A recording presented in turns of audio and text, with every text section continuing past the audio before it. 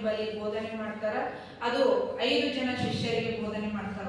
ಅದಕ್ಕೆ ಏನಂತಾರ ಇದನ್ ಮಾಡ್ತಾರಲ್ಲ, 5 ಜನ ಶಿಷ್ಯರಿಗೆ ಬೋಧನೆ ಮಾಡಿದ ಆ ಸನ್ನಿವೇಶಕ್ಕೆ ಏನಂತಾರ ಧರ್ಮಚಕ್ರ ಅಂತ ಏನಂತಾರ ಪರಿವರ್ತನ ಅಂತ ಕರೀತಾರೆ. ಅವ್ರು ಬೋಧನೆ ಮಾಡಿದ ಮೊದಲ ಎಲ್ಲಿ ಮಾಡ್ತಾರಂದ್ರ ಸಾರನಾಥದಲ್ಲಿ ಮಾಡಿದ ಆ ಸನ್ನಿವೇಶಕ್ಕೆ ಏನಂತಾರ ಧರ್ಮಚಕ್ರ ಪರಿವರ್ತನ ಅಂತ ಹೇಳ್ತಾರೆ.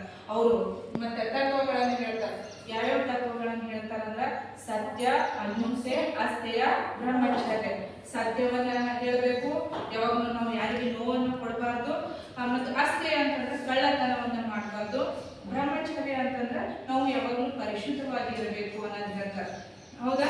ಈಗ ಅರ್ಥ ಮಾಡ್ಕೊಂಡಿರಿ. ಅವ್ರು ಸಂಸಾರವನ್ನು ಬಿಟ್ಟು ಹೋಗ್ತಾರಲ್ಲ ಅಂತ ರಾಜ ತಂದೆ ಆಗಿರ್ತಾನ, ಹೆಂಡತಿ ಆಗಿರ್ತಾನ, ಮಗು ಆಗಿರ್ತಾನ, ಅದು ಬಿಟ್ಟು ಹೋಗ್ಬೇಕಂತಂದ್ರೆ ಎಲ್ಲರಿಗೂ ಸಾಧ್ಯದೇನು?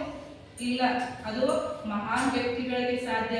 ಅಂತ ಬಿಟ್ಟು ಹೋಗೋಕೆ ಏನಂತಾರಂದ್ರ ಸಂಸಾರವನ್ನು ಬಿಟ್ಟು ಹೋಗೋ ಸನ್ನಿವೇಶಕ್ಕೆ ಏನಂತಾರ ಮಹಾಪರಿತ್ಯಾಗ ಅಂತ ಹೇಳ್ತಾರೆ. ಸಂಸಾರವನ್ನು ಬಿಟ್ಟು ಹೋಗೋ ಸ್ಥಿತಿಗೆ ಏನಂತಾರ ಮಹಾಪರಿತ್ಯಾಗ ಅಂತ ಹೇಳ್ತಾರ.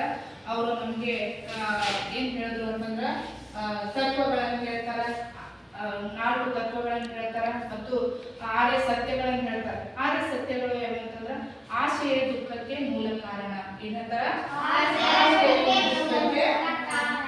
ಆಶೆ ದುಃಖಕ್ಕೆ ಮೂಲ ಕಾರಣ. ಜೀವನ ದುಃಖಮಯವಾಗಿದೆ.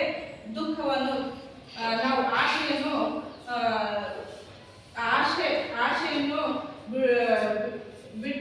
ಬಿಡುವುದನ್ನು ನಾವು ಕಲಿಬೇಕು. ಆಶೆಯನ್ನ ಬಿಡುವ ಮಾರ್ಗವೇನು ಅಂತಂದ್ರೆ ಅಷ್ಟಾಂಗ ಮಾರ್ಗಗಳಿಂದ ನಾವು ದುಃಖವನ್ನ ಬಿಡಬಹುದು. ಅಷ್ಟಾಂಗ ಮಾರ್ಗಗಳು ಎಷ್ಟದವ ಅಂತಂದ್ರೆ 8 ಅದಾವ.